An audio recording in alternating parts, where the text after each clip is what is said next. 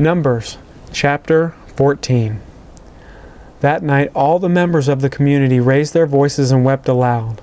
All the Israelites grumbled against Moses and Aaron, and the whole assembly said to them, "If only we had died in Egypt, or in this wilderness.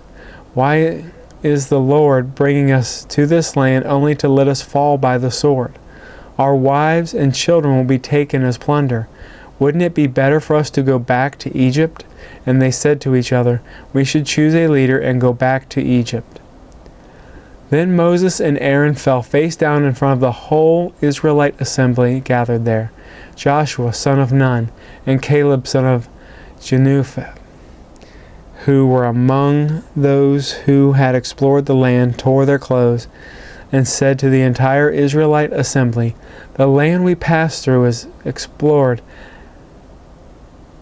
is exceedingly good. If the Lord is pleased with us, he will lead us into that land, a land flowing with milk and honey, and will give it to us. Only do not rebel against the Lord, and do not be afraid of the people of the land, because we will devour them.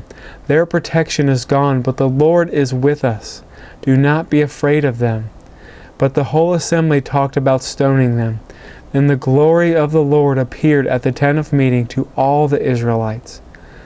The Lord said to Moses, "How long will these people treat me with contempt? How long will they refuse to believe in me? In spite of all the signs I have performed among them, I will strike them down with a plague and destroy them. But I will make you into a nation greater and stronger than they." Moses said to the Lord, "Then the Egyptians will hear about it. By your power you brought these people up from among them, and they will tell the inhabitants of this land about it.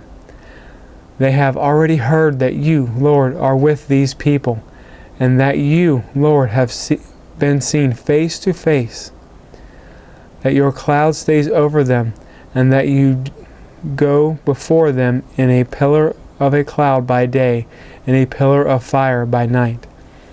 If you put all these people to death, leaving none alive, the nations who have heard this report about you will say, 'The Lord was not able to bring these people into the land he promised them on oath. He slaughtered them in the wilderness.' Now may the Lord's strength be displayed, just as you have declared. The Lord is slow to anger, abounding in love, and forgiving sin and rebellion. Yet he does not leave the guilty unpunished. He punishes the children for the sin of the parents to the third and fourth generation. In accordance with your great love, forgive the sin of these people, just as you have pardoned them from the time they left Egypt until now." The Lord replied, "I have forgiven them as you asked. Nevertheless, as surely as I live, and as surely as the glory of the Lord fills the whole earth, not one of those who saw my glory and signs I performed in Egypt and in the wilderness, but who disobeyed me and tested me 10 times, not one of them will ever see the land I promised on oath to their ancestors. No one who has treated me with contempt will ever see it.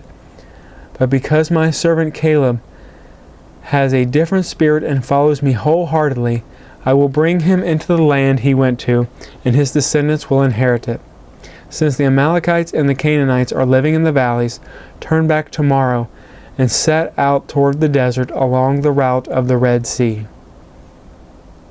The Lord said to Moses and Aaron, "How long will this wicked community grumble against me? I have heard the complaints of these grumbling Israelites. So tell them, as surely as I live, declares the Lord, I will do to you the very thing I heard you say.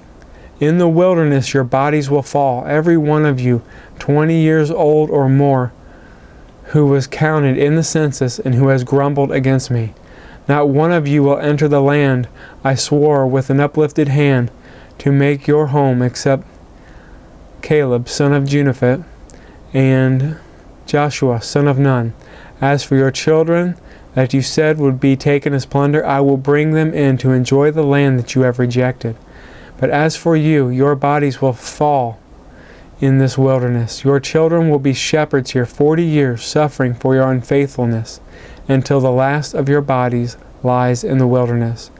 For 40 years, 1 year, for each of the 40 days you explore the land, you will suffer for your sins, and know what it is like to have me against you. I, the Lord, have spoken, and I will surely do these things to the whole community which has banded together against me. They will meet their end in this wilderness. Here they will die. So the men Moses had sent to explore the land, who returned and made the whole community grumble against him by spreading a bad report about it. These men who were responsible for spreading the bad report about the land were struck down and died of a plague before the Lord. Of the men who went to explore the land, only Joshua, son of Nun, and Caleb, son of Jephunneh, survived. When Moses reported this to all the Israelites, they mourned bitterly. Early the next morning they set out for the highest point of the hill, saying, "Now we are ready to go up to the land the Lord promised. Surely we have sinned." But Moses said, "Why are you disobeying the Lord's command? This will not succeed. Do not go up, because the Lord is not with you. You will be defeated by your enemies, for the Amalekites and Canaanites will face you there. Because you have turned away from the Lord, He will not be with you, and you will fall by the sword." Nevertheless, in their presumption they went up towards the highest point in the hill country, though neither Moses nor the ark of the Lord's covenant moved from the camp. Then the Amalekites and the Canaanites who lived in that hill country came down and attacked them and beat them down all the way to Hormah.